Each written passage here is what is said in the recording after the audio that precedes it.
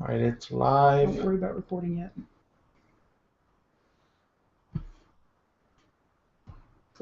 Back to the other one. Hello, Internet viewers, and welcome to the recording of the first episode of Technology, Engineering, and Science Today. I'm Dave. And I'm Kyle. And our first episode's title is I See Stars, with the general topic of cool things happening in space. Now, without further ado, we will start recording the episode.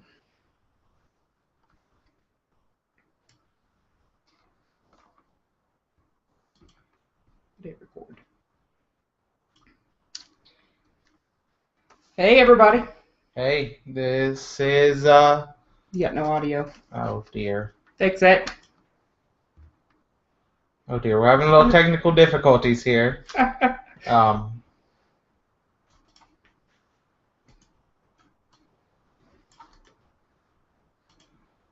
I just had a brain fart on how I get rid of this. Just hit delete. Alright, audio, Your microphone's correct. microphone's correct, outputs that. Shouldn't be outputting.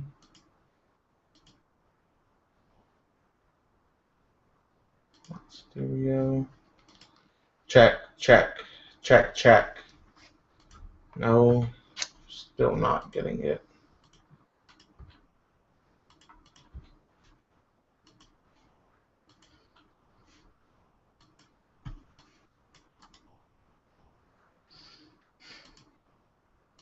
Okay.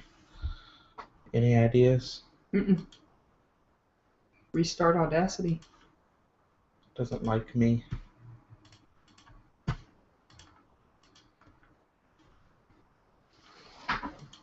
Check, check, check. Oh, there we go. There we go, there we go.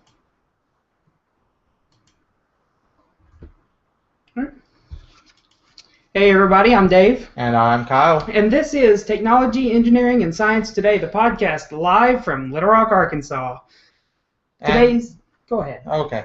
And this will be our very first podcast, and we will be talking about cool things in space, and our the working title for our first podcast is I See Stars.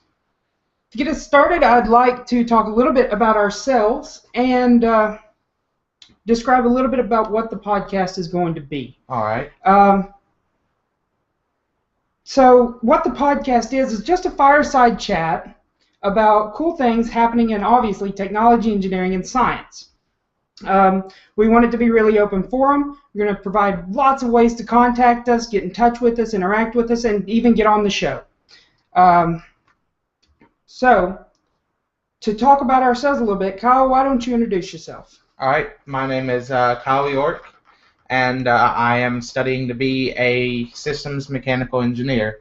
And what that is, for people who don't know the difference between a regular engineer and a systems engineer, is that a systems engineer is, I want to say it, project leader. They manage and they oversee the other engineers, and they look over how everything comes together. So what they'll do is they'll divvy up different mechanisms of a whole system to different engineers, and then when those different engineers design it and get it all together, what we'll do is we'll look it over and make sure everything fits together and that each part works well with each other and that it integrates into the system. So tell us about yourself, David. I'm David Henderson, and I'm studying to be a computer scientist.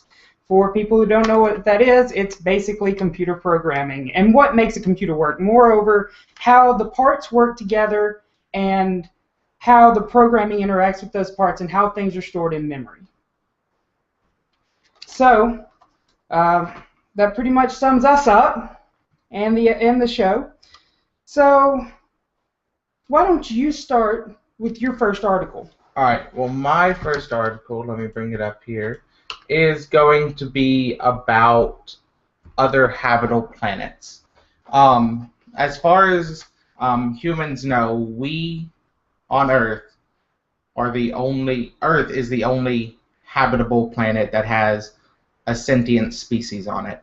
Um, we've never had contact with another species, but we also have never been able to venture out far enough to get to another solar system to see if other planets are inhabitable. And just the basic background knowledge, for planets to be habitable, they have to be within what is called the temperate zone. Now, it used to be called the Goldilocks zone. Yes, it's also called that. But there's a certain range in which a planet can fall relative to a star. Its orbit has to be inside this zone. And it provides the perfect temperature for a species to live, the environment to evolve and expand and grow.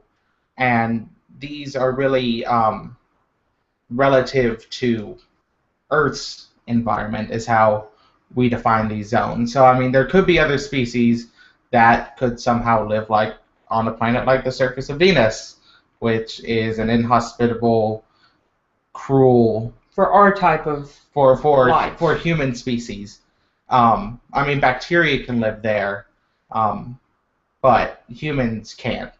So, the star system, I should say, that I'm going to be talking about is Alpha Centauri, and specifically Alpha Centauri B. And so these two, I believe they're physicists and astronomers. Let's see.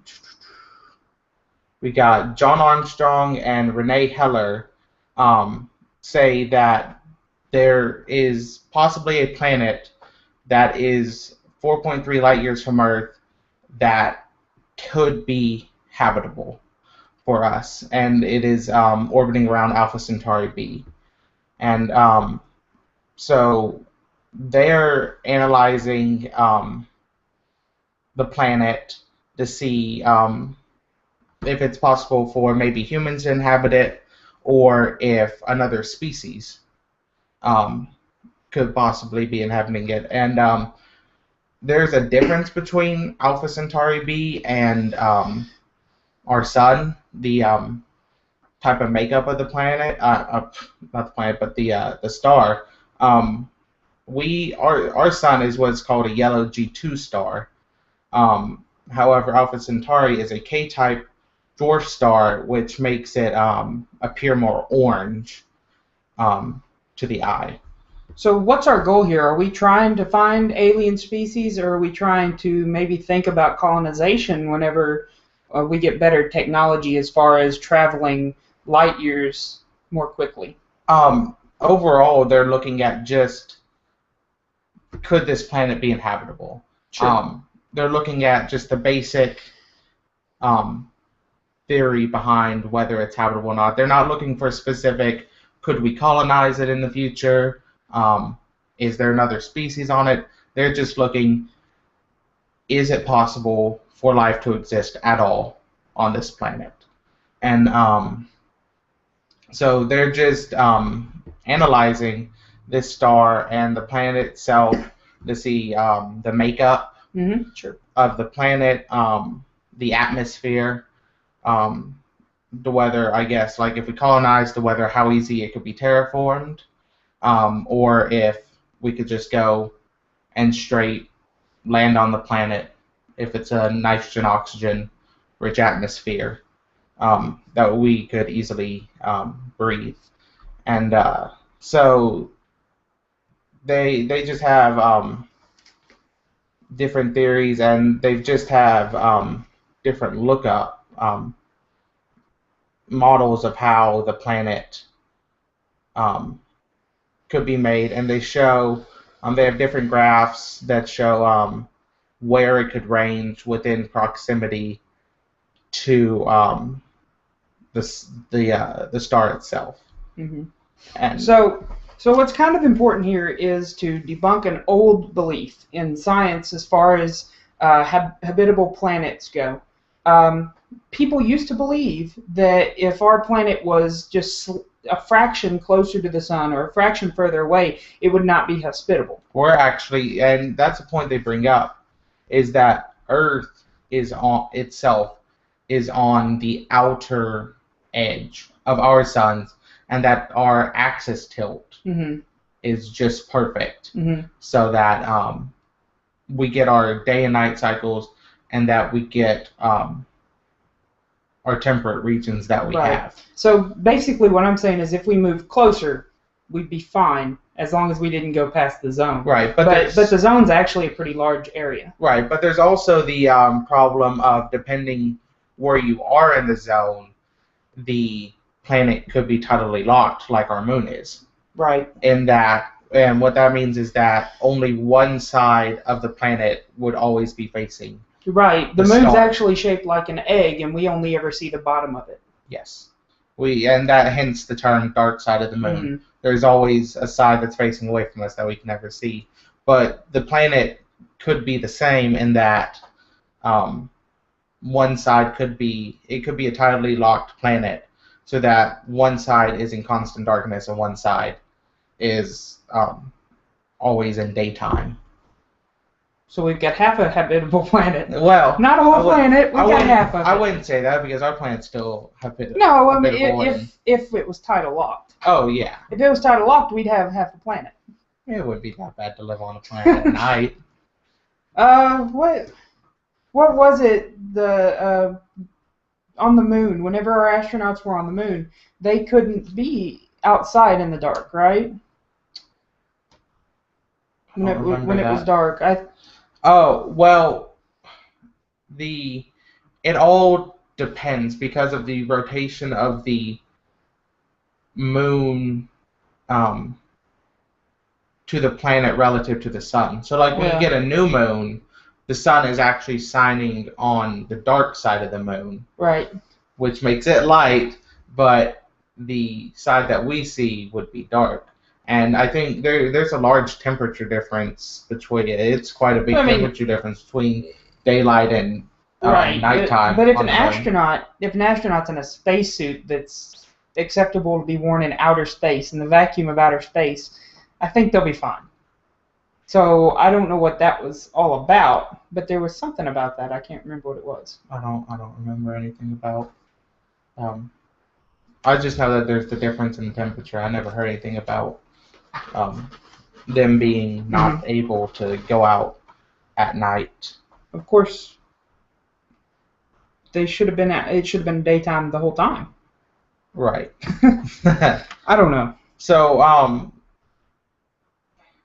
looking at this, I'm just trying to find any more neat information about this. Sure.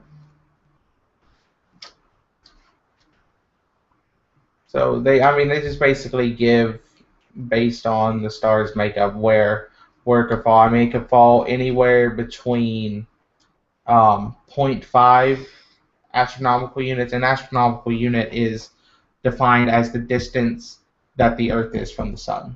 So, half an astronomical unit would be half the distance from the sun to our Earth.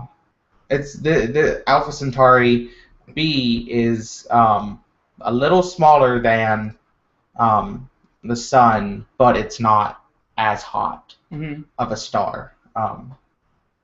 So the planet would have to be closer to being Right, a so the habitable planet- zone. So it ranges from 0.5 astronomical units to 1.4 astronomical units, which relative is 46 million to 130 million miles. It's pretty far. So there's a large area for the planet to fall in, and this is the closest star to which. I should say this first. Alpha Centauri is the closest star system to Earth, other than the Sun. So this would be the closest place that we could look for a habitable planet nearest to us. So I think it's kind of neat that we're expanding out, and that, well, I wouldn't say expanding out, but we're looking to where we could expand out to in the future. Sure. We just need to get that Star Trek style warp drive up and running. Oh yeah, it would be really nice to have one of those. Scientists, that's your charge. Travel Get it going. across space and time, rip a hole through it basically. Sure. It'd be fun. So David, what do you have for us? Well, we've been talking a lot about the moon, so we'll start there. So basically, scientists do this thing called lunar ranging, and when our astronauts were on the moon in the Apollo missions, they left a reflector array on the surface of the moon, and the Russians left a rover type thing with a big reflector array on it. And so what these scientists do is they aim a laser at that array, and they shoot it out right next to the outer edge, right next to the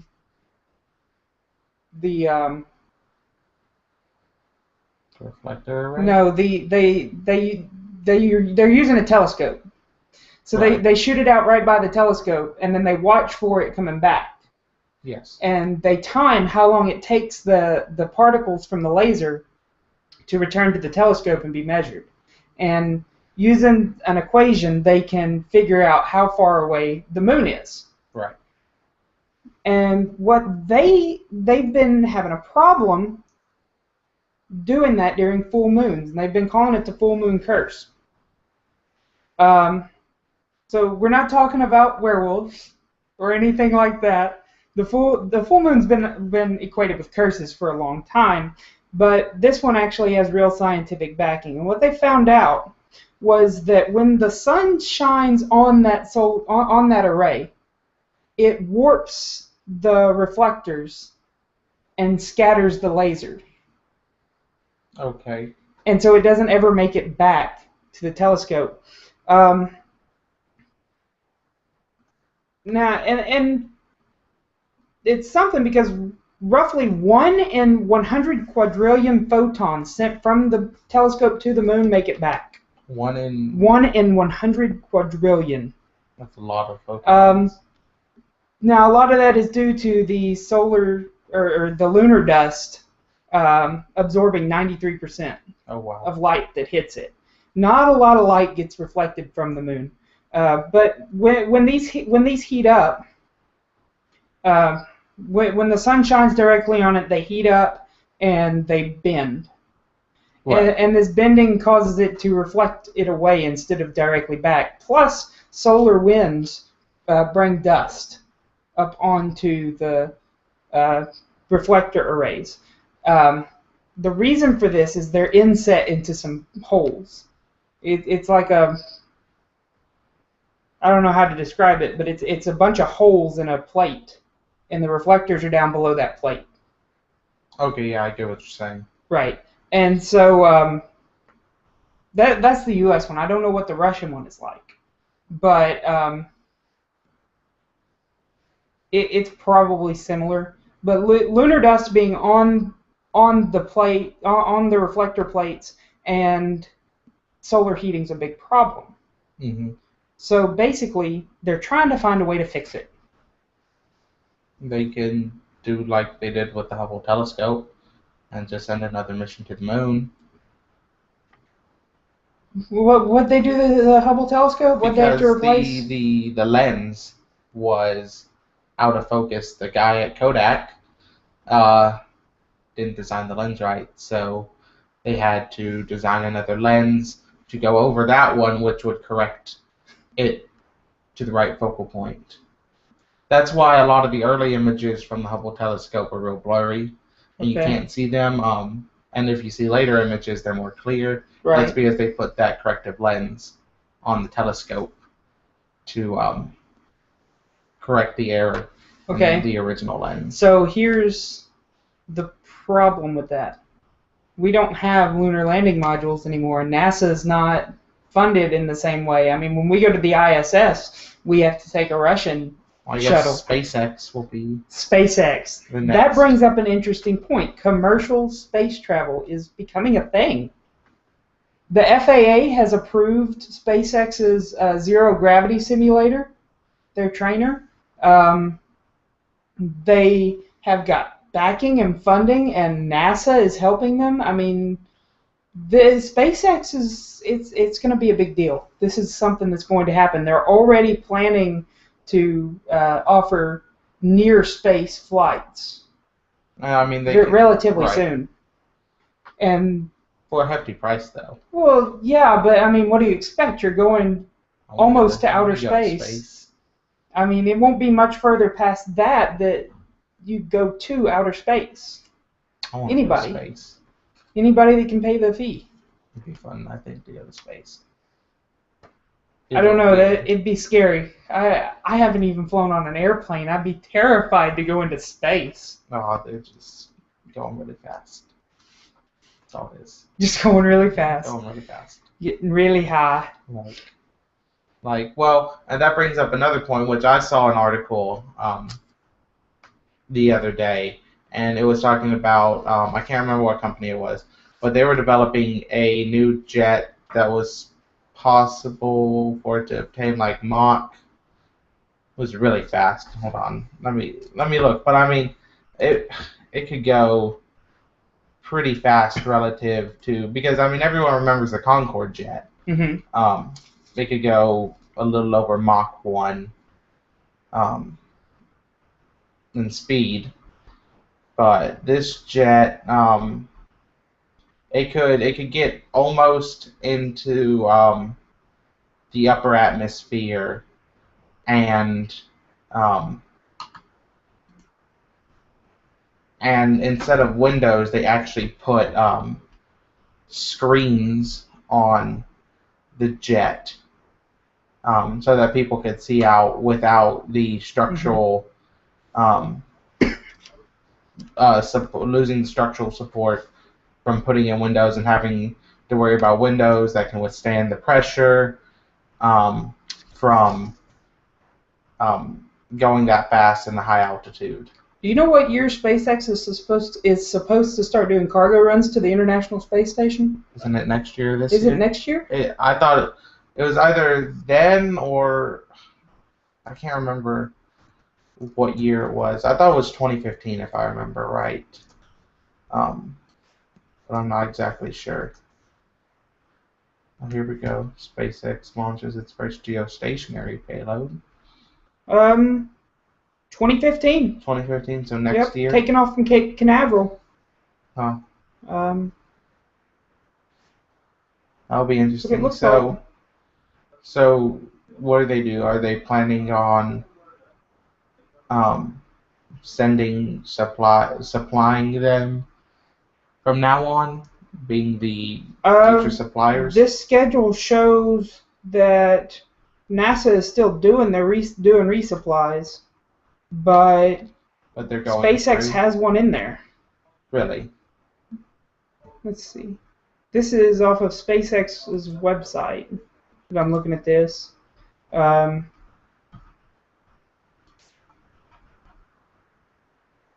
they've got their first one, their first NASA resupply scheduled in this year. This year? Yeah. For real? They're going to use the Dragon shuttle and the Falcon 9. They've got an orbital communications mission set to launch this year. And another NASA resupply to ISS. They have 2 this year? Just this year? 3, 4.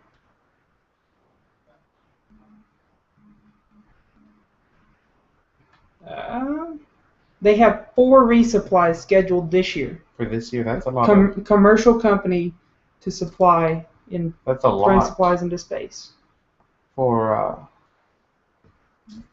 just one company to do. I mean, NASA didn't even do that much in 1 year. We were lucky to get one launch a year with NASA. They did every 6 months. They do a change out on personnel, but usually, like right now, that's the Russians. Right. So. Yeah, that's them. But It's all about them. All right. We'll take a moment to give some contact info. If you think we are wrong about something or you just want to get involved in the conversation, you can send us an email at kyleanddavepodcast, all one word, at gmail.com. That will be changing soon. We should be getting an email at an actual domain. All right. You can also call us and leave us a voicemail at 501-396-9351. Emails and voicemails will be read on the podcast if we have any to do. You can also like us on Facebook. Just search for Technology, Engineering, and Science Today, the podcast. All the articles that we use during the podcast will be posted on Facebook for everyone to read if they want to fact check us and check our own sources. And again, this show is supposed to be completely open forum. So if you want to get involved, please send us an email, give us a call. We'll put you on the show. Yeah, we might be wrong about some of this stuff. I don't doubt it. Trying to read this stuff on the fly, see what's going on. So, do you want to do your special? No, I think save it for the end. Okay, so you want me to just do both of the rest of mine? Yeah, let's go through yours. Okay, and then we'll work on mine at the end. Okay, so I this think everyone will like it. This one, I think we need to laugh at this one just a little bit. Our friends at NASA have solved a Martian rock mystery. Now, we're going to be talking about the Opportunity rover, which is not the most recent rover to go up.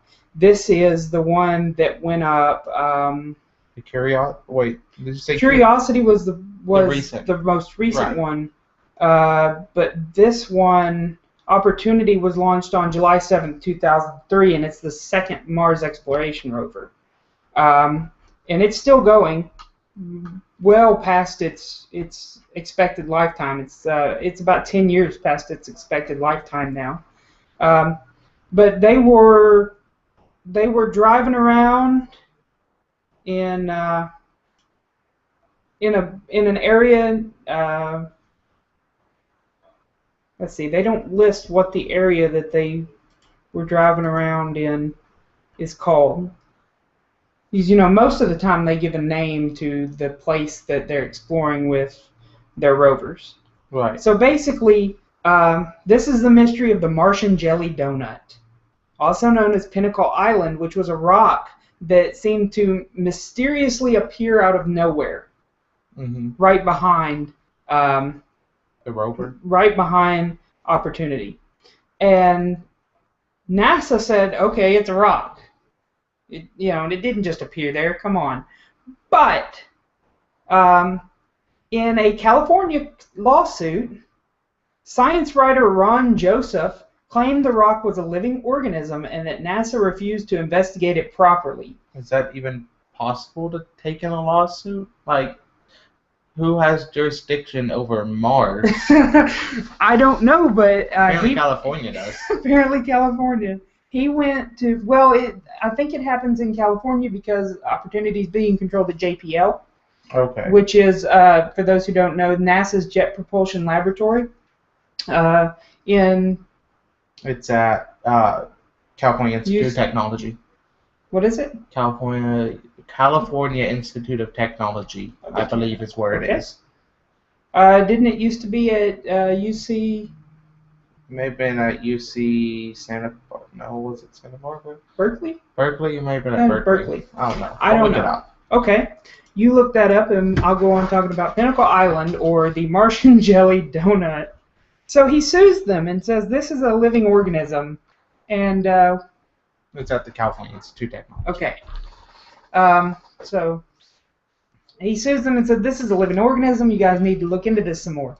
And they got to studying the photographs, and they found that the whole thing was Opportunity had driven over a rock. It had cracked into and rolled down the hill. That's all that happened. There's nothing there. It's just a rock. It's like and this guy literally sues them. Because the rover ran over a rock. Yeah. He says that's a living organism. So I think he's getting a little bit too hopeful. I mean, we do have evidence that Mars could have supported life. That it did at one point have running water. But obviously it's all dried up now. Yeah, or ice. Or ice under the surface. But let's see. What NASA had to say is, quote, once we moved Opportunity a short distance after inspecting Pinnacle Island, we could see directly uphill an overturned rock that has the same unusual appearance, said Opportunity Deputy Principal Investigator, that's a heck of a title, Ray Arvidson of Washington University in St. Louis. We drove over it. We can see the track. That's where Pinnacle Island came from, end quote. What? So wait, Pinnacle Island is the name they gave the object. I don't know where they're at, but that's the name. Or jelly donut. The Martian jelly donut, because it has a white outer crust area and then a red center. It looks like a jelly donut, apparently. I don't see it. I'm looking at a picture of it here, and I don't see it. That's fine, because you can see the before and after picture from the rover. And that there's a rock there. And I mean, it would be hard for someone not to tell that that's a rock. I'm surprised the guy thought it was a living. I don't see any. Well, even did he say it was covered in moss or something? I don't think so. I thought you said it was covered in moss or something. There's something about fungus, maybe. I don't know. Oh, they said it looked a bit as if a fungus had suddenly grown from the Martian soil, which prompted the lawsuit. Now, here's my thing on this.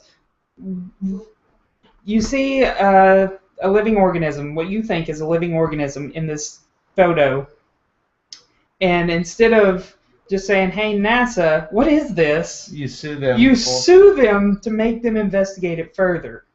Because I'm pretty sure they wouldn't have gone and investigated if you said, hey, there might be a living organism. I think they want to find that just as much as anybody else does, if not more. Yeah, but I guess his theory is, well, if I sue them, I'm the first person bringing it up. I'm going to get the evidence for it. It's on record. I mean, if you tell NASA, who's to say NASA doesn't say, oh, yeah, we found it?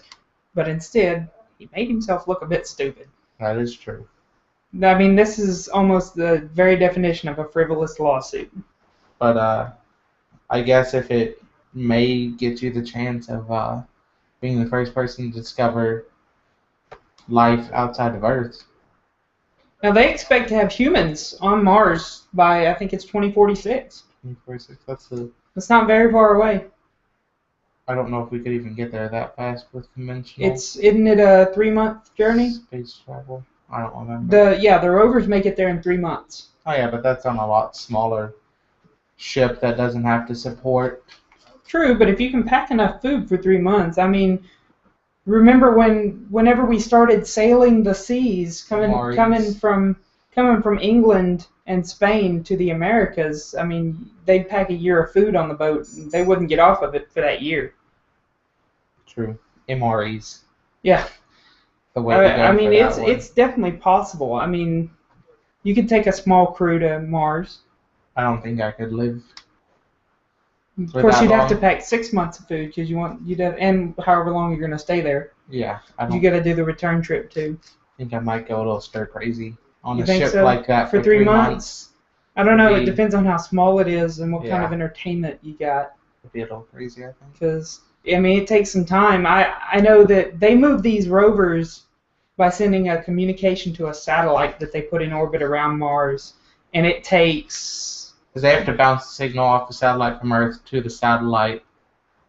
Yeah, on Mars, the which rover goes sends... down. Well, the rover sends to the satellite orbiting Mars, and then that sends to Earth, and then to the satellite around Earth, and then to JPL.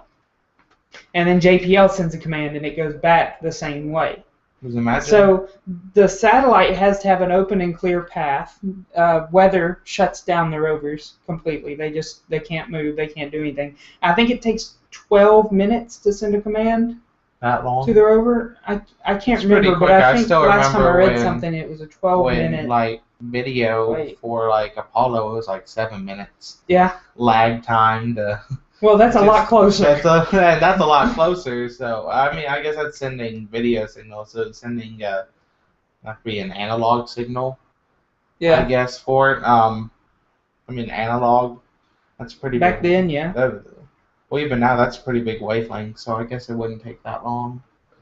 So. But they, it takes some time to just move the rovers a little bit. So that gets us on to Curiosity. We haven't heard much from Curiosity lately. What? The other rover, the right, big one. that's the one that just landed Mhm. and. The fancy new landing Yeah. with the rockets and everything on it. Right. To I haven't land a looked. car-sized rover. It's that big. It is the size of a small SUV. That's a big rover. And it has all kinds of scientific labs and things, and an arm the arm scoops up the dirt, and then it has scientific processing labs Oh, that's pretty on cool, it. actually. So it processes the dirt and sends the results back to Earth. It's actually pretty So cool. without even being there, we take samples and test them and learn all about the Martian soil. So I'm guessing if you're bringing this up, it found something. I don't know. We haven't heard much from it lately. We haven't when it first landed in there for a few months, there were stories coming across the news every single day about things that Curiosity was finding, and we haven't heard anything lately. Is it this one? 'Cause I thought this was Drove funny. up the dune. I Yeah. thought this was funny. I was like, oh, big deal. Drove up a big sand dune. I was like, oh, big deal. It drove over a sand dune. The rover cost $2.5 billion to construct. That's a lot. That is a lot. I'm looking at. So Is it upside? No. No, I see it now. it's from the top of the dune. Yeah. It looks upside down, It looks like it's upside down, but then it looks. but the really ground weird. is just so smooth. Yeah. So, this really leaves us to wonder what happened to Mars, because we have evidence now that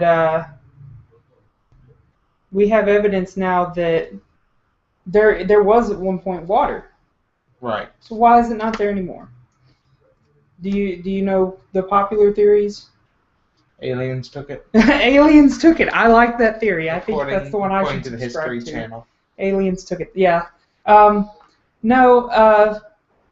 There's a phenomenon that we can observe in our own atmosphere, which may explain a little bit that our atmosphere bleeds off into space constantly. Right. We're constantly having atmospheric bleed off, and if we, for some reason, we're not able to maintain to put back what bleeds off, we'd lose our atmosphere and everything get really hot and dry up.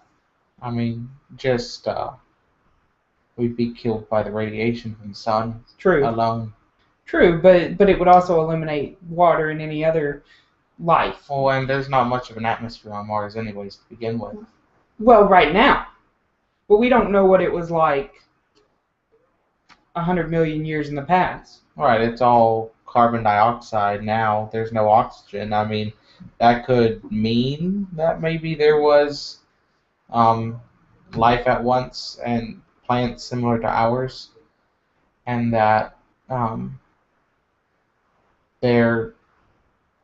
since they died off, there was nothing to turn the carbon dioxide back into oxygen Sure. to recirculate the atmosphere. So, all right. That's Mars. And for my third story, NASA's Cold Atom Lab is set to turn the ISS into the coldest spot in the universe. So, quantum physics likes to be cold. It doesn't work in warm environments. Now, I think before we start, we need to introduce some terms here. Like the Bose-Einstein condensates. Okay. You want to explain that?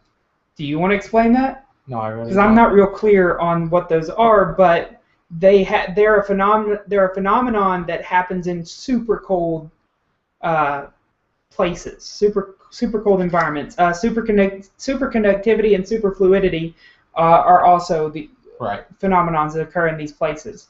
So we're going to be working in units of nanokelvins, which is a temperature measurement.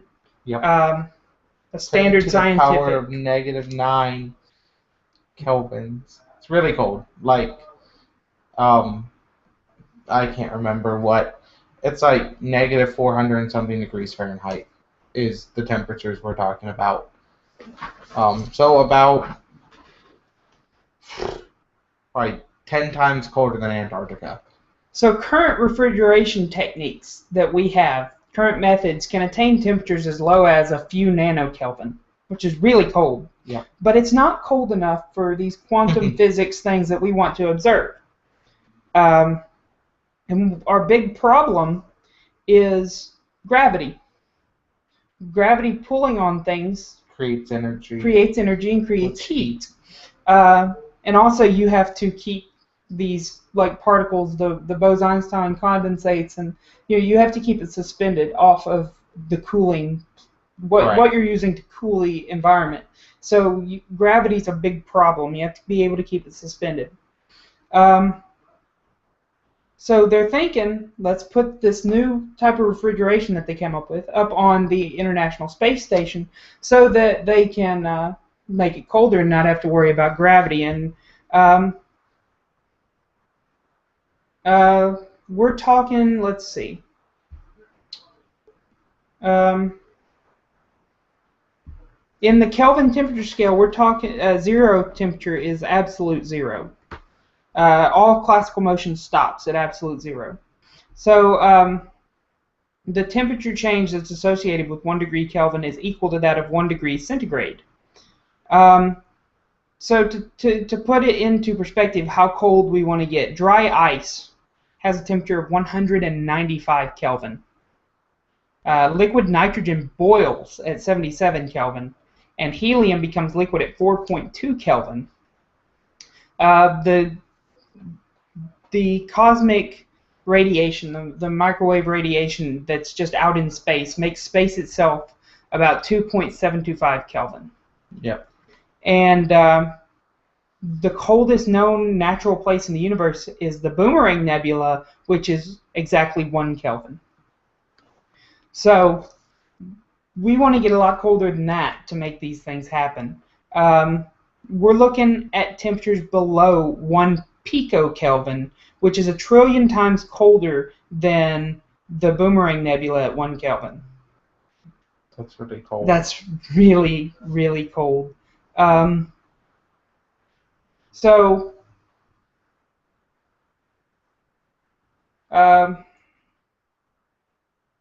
what are they trying to find with? They just want to observe superfluidity, superconductivity, the Bose-Einstein condensates, and other possibly undiscovered quantum physics things that happen in colder environments that we've not been able to observe. I mean, if you can only refrigerate things down to a few Kelvin, you can discover certain things, but things that happen down at the really low temperatures, like a picokelvin, we can find a lot. It could be area for completely new discovery. Well, we still haven't found a lot of quantum particles like the graviton, which is the suspected particle that gives a gravitational force. It's the particle that gives gravitational force to mass. So gravity is still a theory. Mm-hmm. So this could possibly find that particle. Because I know we found the Higgs boson. Was that a couple years ago, I think? Or last year? 2 years ago, I think. At the Large Hadron Collider. The Large Hadron Collider. In CERN. And it's supposedly the God particle. The particle that gives... that's not politically correct. It's the particle that gives mass right to an object. Right. It's the particle that holds mass. Wasn't it Bill Maher that did a whole thing on stop calling it the God particle? Oh, no one likes... Well, yeah, everybody likes Bill Maher. Oh, no, I'm thinking Bill O'Reilly. No one likes him. Oh. But no, yeah, the God particle. I thought that was kind of funny. whenever they came out with that. But yeah, the Higgs boson, we did find that there, and there are other discoveries that have come out of the Hadron Collider there that are big deals, that are really reshaping how we look at the universe. Yeah. We're getting completely new insights into how everything works. But the problem with that is like this, we can't get it cold enough. Right. So because of gravity creating energy and moving the particles, so we need to get as close to 0 Kelvin as we possibly can, and see what we can find. See what kind of cool phenomenon we can find when things get really, really cold. I think it'd be neat to work with it. If I knew how to work with quantum physics. Sure, but exactly. You got to be careful. Oh yeah, I mean. You can lose a hand working with liquid nitrogen. Well, I mean. You can also use it to make ice cream. Yes, I've done that. Yep. But I mean, you don't lose your hand. You have to leave your hand in it. You can dip your hand in liquid nitrogen. It's called the. I can't remember the effect, but there's a thin layer of air that protects your hand if you dip it in really quick. You can't leave it. You can't leave it in there. You can't leave it in, otherwise that. But that same thing happens like when you put a flour.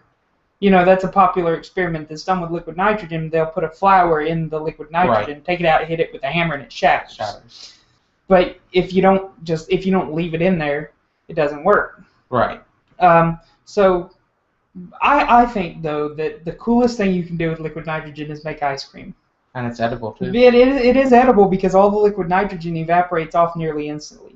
So you get the cold temperature. So basically you do everything you do to make homemade ice cream, but instead of using ice, you just pour liquid nitrogen on it while you stir. And you stir. And it's pretty all cool. the cold, it gets it super cold, and all the nitrogen just evaporates away. It's really awesome. That's really expensive ice cream to make. Yeah. Whenever I worked for the department here on campus, we made liquid nitrogen ice cream a few times. I know, I did it in the high office. school. It was pretty fun. It was actually really fun. I liked it. All right, so your fun article. Let's learn some physics, Kyle. So my article kind of relates to my first article in finding habitable planets, but how are we going to get to habitable planets in a decent amount of time, such like Alpha, the planet orbiting Alpha Centauri b, which is 4.3 light years away. Mm-hmm. So conventional space travel would take hundreds of years to get there. To get to Alpha Centauri. So NASA. And that's the closest star. Yes. That has a habitable, or is it the closest star in general? Closest star in general, I believe. NASA is now on the theory that warp drives are promising, and that we could actually invent a warp drive. And everyone knows what a warp drive is from Star Trek. It's possible. Well, not everybody. Well, I mean, most people. You know, that show. You know, original Star Trek was made in the '60s, so Star Trek isn't a real known thing anymore. I mean, the older crowd knows about it, and well, the new stuff. Kids our age. You got the new one. Yeah. Okay. If you call that Star Trek. Well, but they don't focus the same way that original Star Trek did, because original Star Trek, the opening title gave you information about what the show was about. It was about finding new species.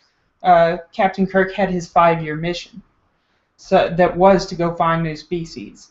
So their whole thing revolved around science and exploration, which the new movies, they are Star Trek. I mean, they're a reboot. They're a remake from the originals, but they focus more on the action and drama because that's what kids want today. Okay, but anyways, in 1994, the physicist, and I'll find his name, Miguel Alcubierre, I believe I'm pronouncing that right. He's a Mexican physicist. He suggested that faster than light travel was possible if we were to remain on a flat piece of space-time inside a warp bubble that was made to move at superluminal velocity. So what we're saying here is instead of taking a ship and moving it faster than light, the ship sits still, grabs hold of a piece of space and moves the space. And moves this is that is what I believe it's saying. Or the ship itself moves inside that bubble. Or it's very confusing how they explain it because they don't. The ship sets inside the bubble and it remains on a flat plane, and the bubble itself moves. So I'm guessing it's kind of like an attachment to a ship. Mm-hmm. So like you take our spaceship up to this warp drive, you somehow park it in it, and it gets attached to it, and the warp drive itself moves Right. the ship. So we mentioned Star Trek, and it's important to note that we're not talking about anything like Star Trek. It's just the general concept that really came from Star Trek originally. People didn't think about traveling faster than light until Right. Gene Roddenberry introduced it. But what in Star Trek they used a reaction between matter and antimatter. Oh, and that's what they get talking about here. That you would have to have what let me read this. Let's see. Warp effect, it can use gravitational effects to compress space-time in front of the spaceship and then expand space-time behind it, and that because it's flat, the ship would be floating at 0 G, so there wouldn't be any acceleration force, which would tear anything. Which we would have kill pieces. Which would kill anything in its path. And the they want to be able to move faster than the speed of light, which as of now isn't possible.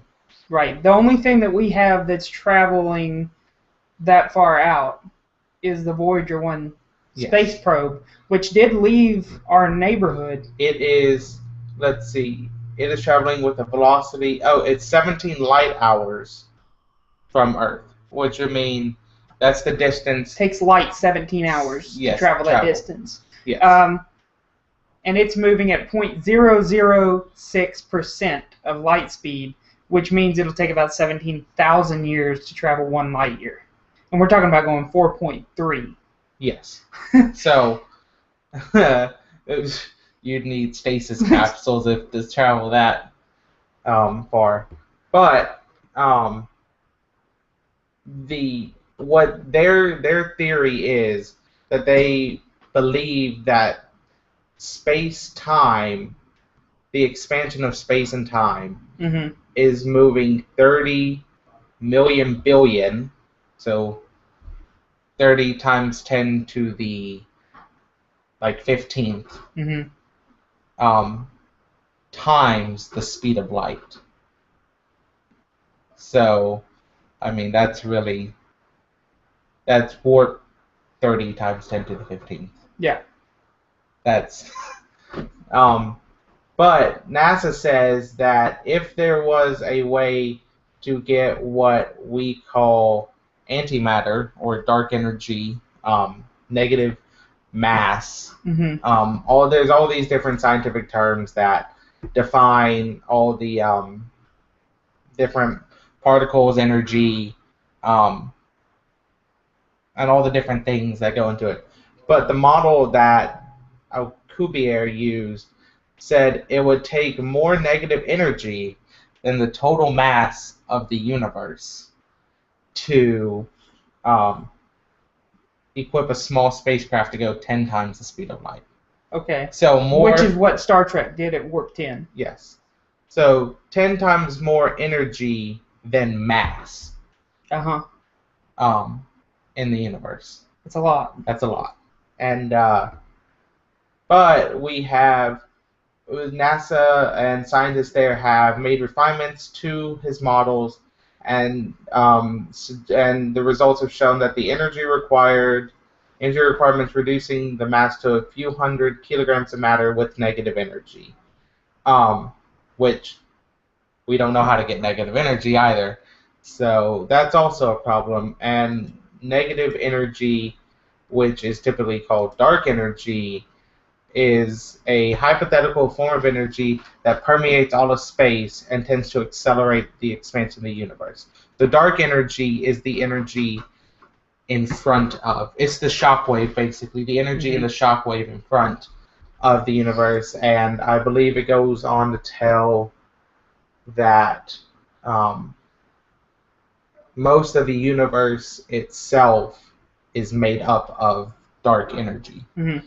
So there's more dark energy out there than energy that we have in the known universe. So it's only finding a way to get out of the universe and harvest that dark energy, or finding a way to harvest dark energy on Earth somehow. Right. So, there's still a lot of work that they have to do. It's no small task to find out how to get dark energy or negative mass. But they're wanting. But we have an idea, and Right. we know that if we can make this work, it's possible. Right. Which means we may be moving out into the stars a lot sooner than anybody really thought. Right, because even if we could advance rocket technology, as a basic start, you still have to fuel rockets, and right, that's where our big problem comes. And another big problem with this is it needs to be repairable, because if you get out there in space some 3 light years away from Earth and have trouble, well, you're not making it back anytime soon, and you're not going to make it to your destination anytime soon. Right. But plus, it has to be cost effective. How much is it going to cost to put a ship into warp? Probably a lot. A lot of money just for one of these. Yeah. Let's see. So 3/4 of the universe, just to give you an idea, 3/4 of the universe is dark energy, close to that. So, but is that in a sample size, or I guess because we don't have a finite size? Nearly 3/4 of the mass energy of the universe is dark energy. Mm-hmm. So the energy that comes from mass, 3/4 of that is dark energy. So we're in the quarter of the universe that has positive mass energy, if that makes sense. Or we're in the section that does. But it's spread, or I guess it's saying it this way, dark energy exists in ours, but it's spread so thinly that if you had a liter bottle that was only filled with 10 hydrogen atoms, that's about the concentration of dark energy in I guess a sample space. So put that in perspective. That's very little. Very little. That's nothing. So that's 5 molecules of hydrogen. So 10 atoms. It takes 2 to make. Yeah. So 5 molecules of hydrogen in every liter of space. In every liter of space. Wow. So, but they have a lot of different. Let's see. They talk about using lasers down here, Hawking radiation. But doing a lot of different calculations to find the possibilities of finding this dark energy, how to harvest it so that we can obtain warp drive. And even if it's just subluminal speeds, any advancement. Yeah, going 90% the speed of light is a huge increase over what we've got now. That would allow us to travel 0.9 light years in 1 year. So, that makes it just over a 4-year journey to Alpha Centauri Proxima. Yep. So which is the planetary body that we started with a show talking about. Yes. So to get there in 4 years compared to 3 months for the rover to get to Mars, that's a pretty decent Hmm. time. Now I mean it's not as fast as like in Star Trek getting from system to system, but A few hours, maybe a day or two yeah, but I mean at warp 8. yeah, Warface. But I mean it's a good advancement in space technology to see that NASA, which isn't getting government funding anyways, Hmm. is wanting to put in the time But and the resources. it's not going to be NASA who accomplishes these things anyway. No, it'll be like SpaceX. SpaceX or Virgin. Yeah, Well, the so one of companies the that other are companies. I mean, I don't know that SpaceX is going to be successful and stick around. I mean, what they're doing is it's expensive, and there's going to be a small market. they're But not going to make the money that they're putting into it. if they can break even, though, they can keep going. I mean, I'm sure that they want to make a profit. I mean, they are a private business, but if they keep near Earth things going, like if they start if they're with their ISS resupply contracts, I mean that's a lot of money right there. Right. I mean, they're being contracted out. And then you've got possible missions to Mars that them and Virgin are both talking about flying. Mm-hmm. And then you, with all that already covered, plus some rich people who want to go up into space and orbit the Earth a little bit, and see what it's like, or maybe trips to the moon. I mean, let's set up a theme park on the moon. It'd be fun. I'm sure they could make some money from the rich people. Like that episode Doctor Who probably wouldn't go well. But I mean, they've got a viable thing. It's just that their main customers are going to be the rich and governments, and yeah, that's not a very big market until they can shrink the cost of space travel, and until they can. Until I myself can go up in the space. Yeah, if they can lower the cost of space travel to where it's cost effective, and even without doing that, even with their government contracts and the rich, they can make enough money to keep advancing and make new things and experiment with going further away and moving faster and that kind of thing. And at the same time, they'll be lowering the cost of near-Earth space travel a lot. Right. So, I mean, it's not going to be government entities like NASA that are furthering our space travel anymore. But they'll be they've run their course about as far as they can go. But these private companies that have come along and said we want to do space travel, they're the ones that are going to get stuff done because they can be more imaginative and they can have a lot more control over how they spend their money. Right, but I guess the problem with that then entails is who controls them when they get out there. I mean, who's their higher authority? When we don't have a government out there. I mean, when we have private firms out. Well, I mean, they're still located on Earth. They're still under jurisdiction. I mean, if they're in the United States and the government says, well, you can't go down on that planet that you found.